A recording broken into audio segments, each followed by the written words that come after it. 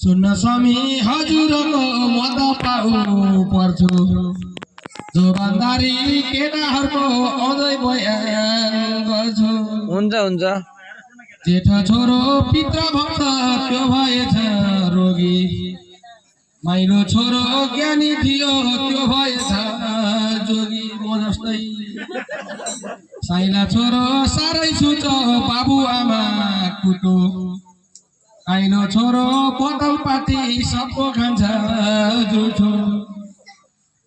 थाइलो छोरो जुवाडे भो धन्जरेछ घरको, ठुलो कान्छो नक्कले भो बाइफलेको लड्को।